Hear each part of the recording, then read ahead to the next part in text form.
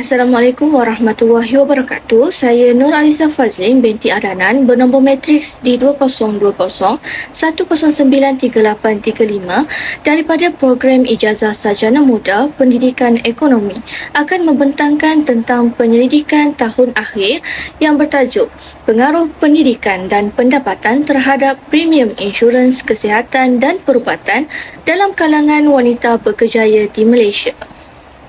Kajian ini bertujuan untuk menentukan pengaruh pendidikan, pendapatan, simpanan, persekitaran masyarakat dan perkhidmatan terhadap premium insurans kesihatan dan perubatan dalam kalangan wanita berkerjaya di Malaysia. Kajian ini menggunakan pendekatan kuantitatif di mana sampel kajian adalah seramai 152 orang wanita berkerjaya.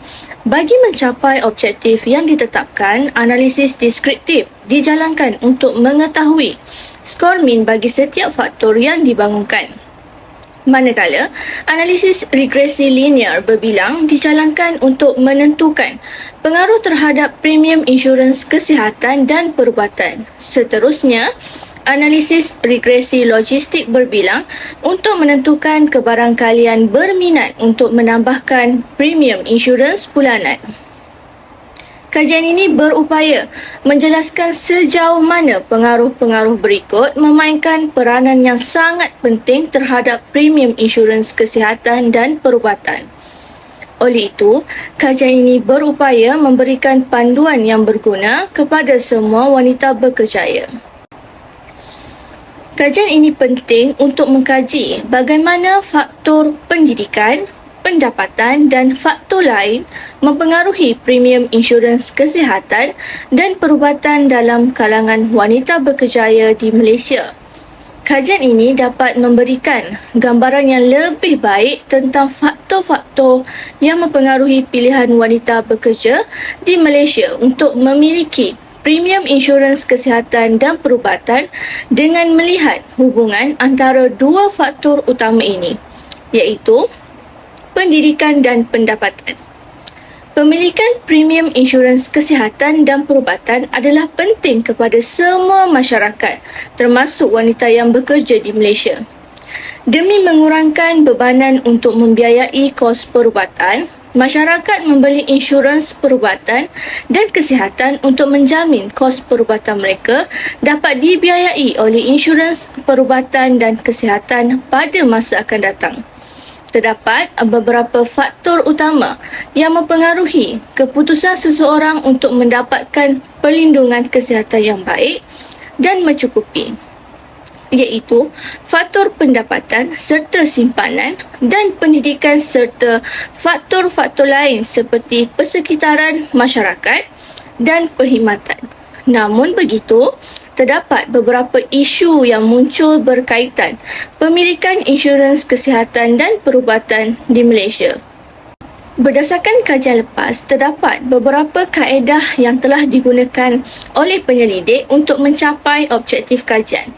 Antaranya adalah model regresi di mana menurut Bakri et al. 2018, pembentukan model regresi akan menghasilkan ramalan yang tepat bagi mengenal pasti beberapa pemboleh ubah bebas dan bentuk hubungannya dengan pemboleh ubah bersandar. Oleh itu, dalam membentuk model regresi, pemboleh ubah bebas yang berhubung dengan pemboleh ubah bersandar secara teori perlu dimasukkan. Seterusnya adalah model regresi logistik di mana menurut Yaakob et al. 2019, pemilikan takaful merupakan pemboleh ubah bersandar dan bersifat nometrik dengan dua kategori di mana nilai 1 bermaksud memiliki polisi takaful dan kosong pula tidak memiliki polisi takaful.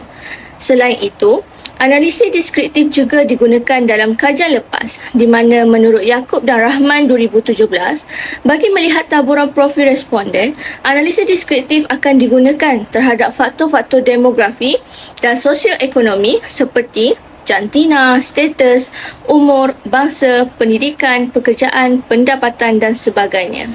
Terdapat 3 kaedah yang digunakan iaitu perbandingan nilai skor min, di mana min merupakan nilai purata bagi suatu set data yang diperoleh daripada hasil tambah semua nilai data dan dibahagi dengan jumlah bilangan data. Berikut merupakan rumus min yang digunakan. Seterusnya, pembentukan model regresi linear berbilang digunakan untuk mengkaji pengaruh pemboleh ubah bebas, iaitu pendapatan, simpanan, pendidikan, persekitaran masyarakat dan perkhidmatan terhadap premium insurans kesihatan dan perubatan dalam kalangan wanita berkerjaya di Malaysia. Berikut merupakan model spesifik yang digunakan. Selain itu, kajian ini juga menggunakan analisis regresi logistik untuk menentukan kebarangkalian berminat untuk menambahkan jumlah premium insurans bulanan. Regresi logistik menggabungkan satu atau dua lebih pemboleh ubah bersandar dengan pemboleh ubah bebas berkategori sama ada kosong atau satu. Berikut merupakan persamaan yang digunakan.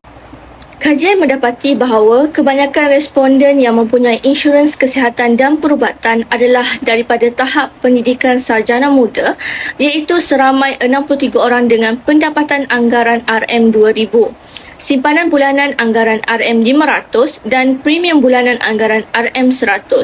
Seramai 42 responden berminat untuk menambahkan jumlah premium insurans bulanan, manakala seramai 110 orang tidak berminat.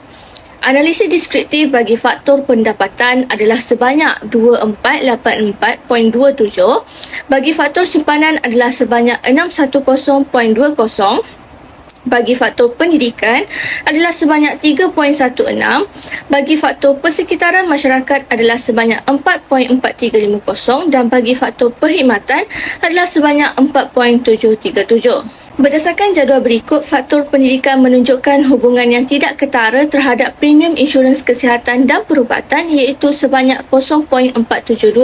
Tambahan pula, faktor pendidikan juga menunjukkan nilai negatif di mana tahap pendidikan tidak mempengaruhi tahap premium insurans kesihatan dan perubatan. Faktor pendapatan pula menunjukkan hubungan yang ketara terhadap insurans kesihatan dan perubatan, iaitu sebanyak 0.000. Tambahan pula, faktor pendapatan juga menunjukkan nilai positif di mana tahap pendapatan mempengaruhi tahap premium insurans kesihatan dan perubatan. Faktor simpanan menunjukkan hubungan yang ketara terhadap insurans kesihatan dan perubatan, iaitu sebanyak 0.019. Namun begitu, faktor simpanan menunjukkan nilai negatif di mana tahap simpanan seseorang tidak mempengaruhi tahap premium insurans kesihatan dan perubatan. Faktor persekitaran masyarakat menunjukkan hubungan yang tidak ketara terhadap premium insurans kesihatan dan perubatan, iaitu sebanyak 0.523. Tambahan pula, faktor persekitaran masyarakat juga menunjukkan nilai negatif di mana tahap persekitaran masyarakat tidak mempengaruhi tahap premium insurans kesihatan dan perubatan. Faktor perkhidmatan juga menunjukkan hubungan yang tidak ketara terhadap insurans kesihatan dan perubatan, iaitu sebanyak 0.325. Namun begitu, faktor perkhidmatan juga menunjukkan nilai positif di mana tahap perkhidmatan seseorang mempengaruhi tahap premium insurans kesihatan dan perubatan. Seterusnya, berdasarkan jadual iaitu kebarangkalian berminat, faktor pendidikan merupakan faktor yang tertinggi dalam penentuan kebarangkalian berminat untuk menambahkan jumlah premium insurans bulanan dengan mencatatkan nilai nisbah odd sebanyak 0.141 di mana hubungannya adalah positif pada aras keyakinan 95%. Selain itu, faktor persekitaran masyarakat merupakan faktor kedua yang tertinggi dalam penentuan kemungkinan yang mempengaruhi kebarangkalian berminat untuk menambahkan jumlah premium insurans bulanan dengan mencatatkan nilai nisbah odd sebanyak 1.300 di mana hubungannya adalah positif pada aras keyakinan 95%. Seterusnya, faktor pendapatan merupakan faktor ketiga yang tertinggi dalam penentuan kemungkinan yang mempengaruhi kebarangkalian berminat untuk menambahkan jumlah premium insurans bulanan dengan mencatatkan nilai nisbah odd sebanyak 0.998 di mana hubungannya adalah positif pada aras keyakinan 90%. Kesimpulannya, faktor pendidikan, faktor pendapatan dan faktor persekitaran masyarakat merupakan pengaruh utama dalam kebarangkalian berminat untuk menambahkan jumlah premium insurans bulanan. Seterusnya, berdasarkan jadual iaitu kebarangkalian tidak berminat, faktor pendidikan merupakan faktor yang tertinggi dalam penentuan kebarangkalian tidak berminat untuk menambahkan jumlah premium insurans bulanan dengan mencatatkan nilai nisbah odds sebanyak 7.100 di mana hubungannya adalah positif pada aras keyakinan 95%.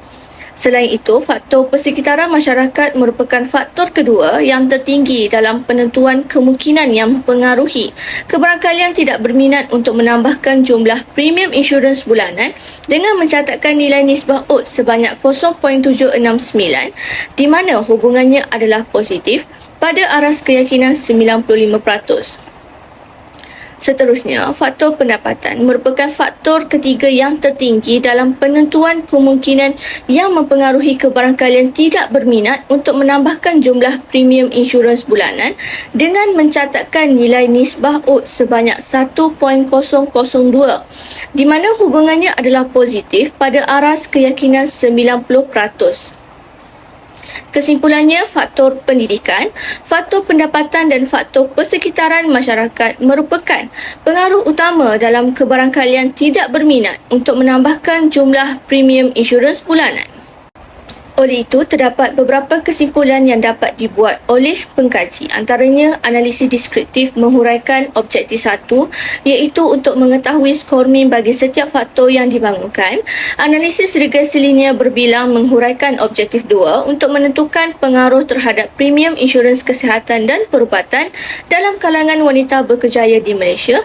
Manakala analisis regresi logistik berbilang menghuraikan objektif 3 untuk mengenal pasti faktor terhadap kebarangkalian berminat untuk menambahkan jumlah premium insurans bulanan dan kebarangkalian tidak berminat untuk menambahkan jumlah premium insurans bulanan terhadap pemilikan insurans kesihatan dan perubatan.